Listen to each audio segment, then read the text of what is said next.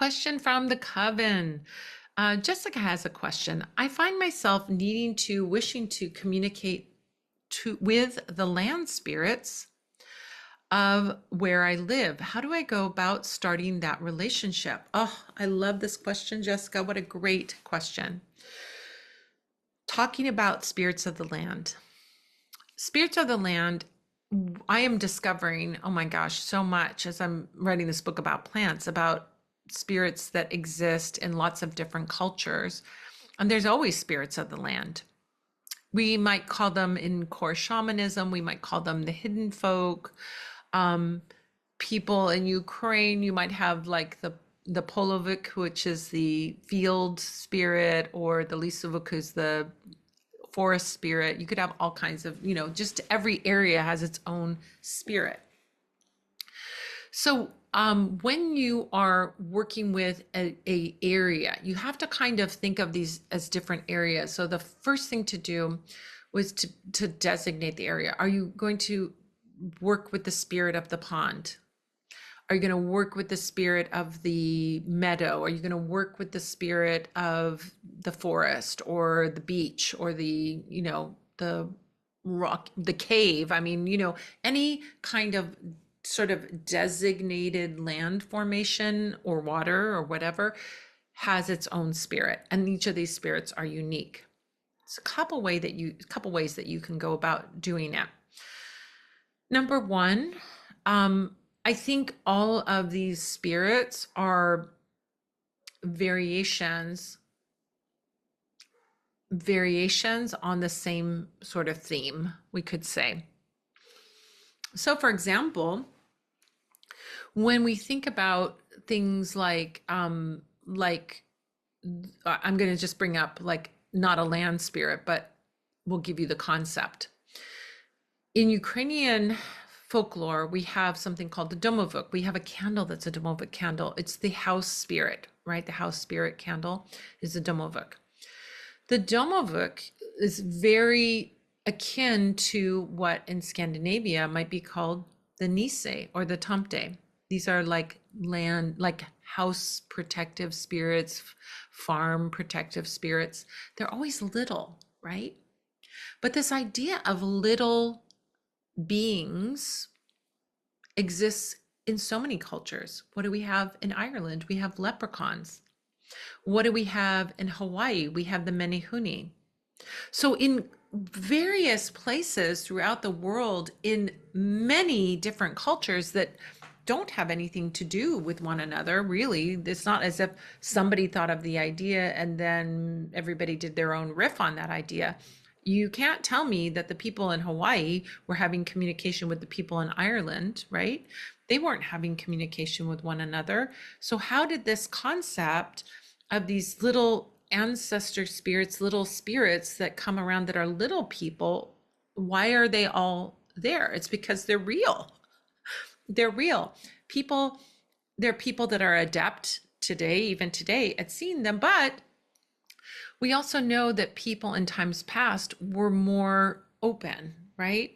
They were more open to magic. They were more open to spirits. They were more open to spiritual phenomenon. So if we are more open, we too can have the experiences with these beings. So the first thing to do is, if you want to get in touch with the spirits of the land, then you go and spend time in that land. You go and spend time in that land. If you want to get, and I think that really means to spend time, right? To get to know that space. So it isn't just walking by one time and now I'm going to work with those spirits. You've got to spend time there. That means sitting down at the edge of that river, sitting down in that field or in that forest, and just being, sitting, listening, watching, experiencing, drinking up all that beautiful nature. That's the first thing.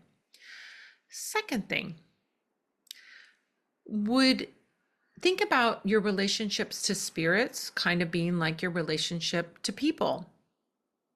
You wouldn't walk up to somebody and say, hey, I want to get to know you. It'd be weird, right? You want to ease that in. Like you might want to hang around. Like before you say hi to someone, maybe you go to the same coffee shop every day and you see that same person every day when you go. After you two have seen each other a little while, it might feel okay to say hi to them, right? So that's why I say spending time is the first step. Spending time in that natural environment will open it up. And it can even be your backyard. Spend time in your backyard because there's nature to be found there, and there's land spirits there. So it doesn't have to be climbing to the top of a mountain, or, it can be that, but it doesn't have to be. Second thing, make an offering. If you saw that person in the coffee shop and you see them every day, you first start to say hi to them, right? That's the first thing. Second thing you might do, hey, you might buy them a cup of coffee, right? Just a friendly gesture to let them know, like, to build some kind of relationship between the two of you. So bring offerings to the spirit of the land. Offerings can be anything that will not harm the land. Obviously, you're not going to leave a plastic toy, and plastic is not good for the land, so don't go there. But it could be like a crystal, or it could be some kind of food offering, or it could be water for the land, or it could be magical holy water that you have blessed with moon water or sun water, or maybe an infusion of some kind. Make a little effort, take a little, moment to make something for that spirit and then offer it to them. Give it to them. Do that several times. And now you have started to build a relationship with those spirits. Now those spirits know that you are friendly. Now those spirits may be more apt to make themselves visible to you. How will they be visible to you? It might be that you hear their sounds.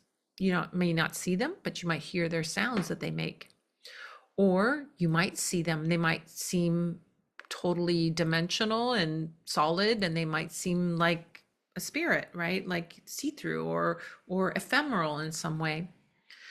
You might just sense them being there. You might feel their energy, that they're around you.